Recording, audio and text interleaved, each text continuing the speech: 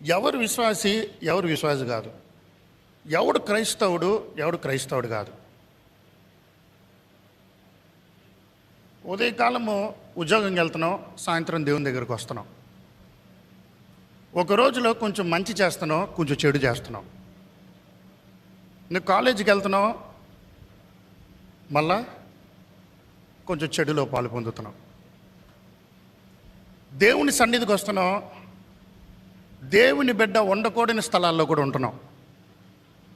మళ్ళీ దేవుడు నాకేం చేయలేదని అడుగుతున్నాం.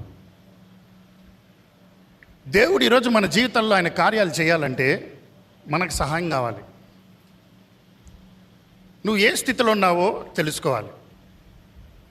మీరు గూగుల్లోకి వెళ్ళి స్పిరిట్స్, ఆత్మ అంటే ఏంటో కొట్టారనుకోండి, మా బైబిల్ ఆత్మ అని వస్తుంది, బిబ్లికల్ స్పిరిట్స్ అని వస్తుంది. మొదటిగా బైబిల్కి ఉన్న ఆత్మ ఏంటంటే పరిశుద్ధ ఆత్మ, బైబిల్ ద్వారా దురాత్మను తెలియజేసే ఆత్మ, దూతల్ని తెలియజేసే ఆత్మ ఉందని గూగుల్ చెప్తుంది.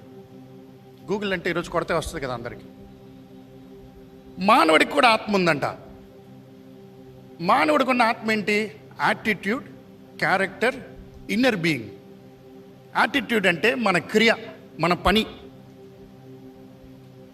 క్యారెక్టర్ అంటే మన పాత్ర, నువ్వు చేస్తున్న గుణం. అంటే నువ్వు ఎక్కడ నిర్ణయించుకున్నావు, నువ్వు డాక్టరా, ఇంజనీరా, లేకపోతే నువ్వు కార్పెంటర్వా, లేకపోతే నేను అక్కడ పని చేసేవాడిని, ఇక్కడ పని చేసేవాడిని చెప్తాను చూసారా? అది పని చేస్తాం వేరు, నీ గుణం ఎన్నుకోవడం వేరు, తలాంత ఎన్నుకోవడం వేరు. దాంతోపాటు ఇన్నర్ బీయింగ్ అని కూడా అంటున్నాడు. మనుషులందరికీ తెలిసిందే, మనసాక్షి, అంతేనా? అంతరంగ పురుషుడు అంటాడు బైబిల్ గ్రంథంలో.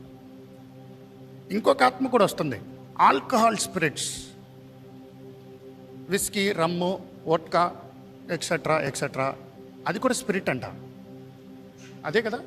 అవన్నీ ఏంటంటే స్టేజ్ మీద చెప్తున్నారంటారా? లేదు, మరి నిజమే కదా. దేవుని బిడ్డలు అన్నవారు కూడా ఈరోజు అలాంటి పరిస్థితుల్లో ఉన్నారు కదా. దానికి కూడా ఒక ఆత్మ ఉంది.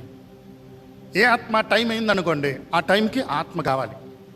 ఒక సిగరెట్ కాల్చేవాడికి అది, మొబైల్ ఫోన్ ఒక బానిస, అది ఆత్మే. ఇది కూడా ఆల్కహాల్ స్పిరిటే, ఇది కూడా బానిసే. అయ్యో తాగుబోతు అయితే ఆడు తాగుబోతాడు, నేను తాగుబోతును కాదే, నేను వ్యభిచారిని కాదే. నువ్వు దేనికి బానిస? ఈరోజు ఏ ఆత్మ ఈరోజు నేను పరిశీలిస్తుందో పరీక్షించుకుందాం.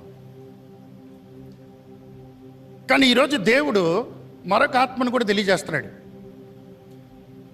సూపర్ న్యాచురల్ బీయింగ్ అంటే మనుషుడు ఏమన్నాయి తెలుసా? గోష్ఠులు ఉన్నాయి. ఆవి అంత తమిళ్లో, తెలుగులో ఏమంటారు?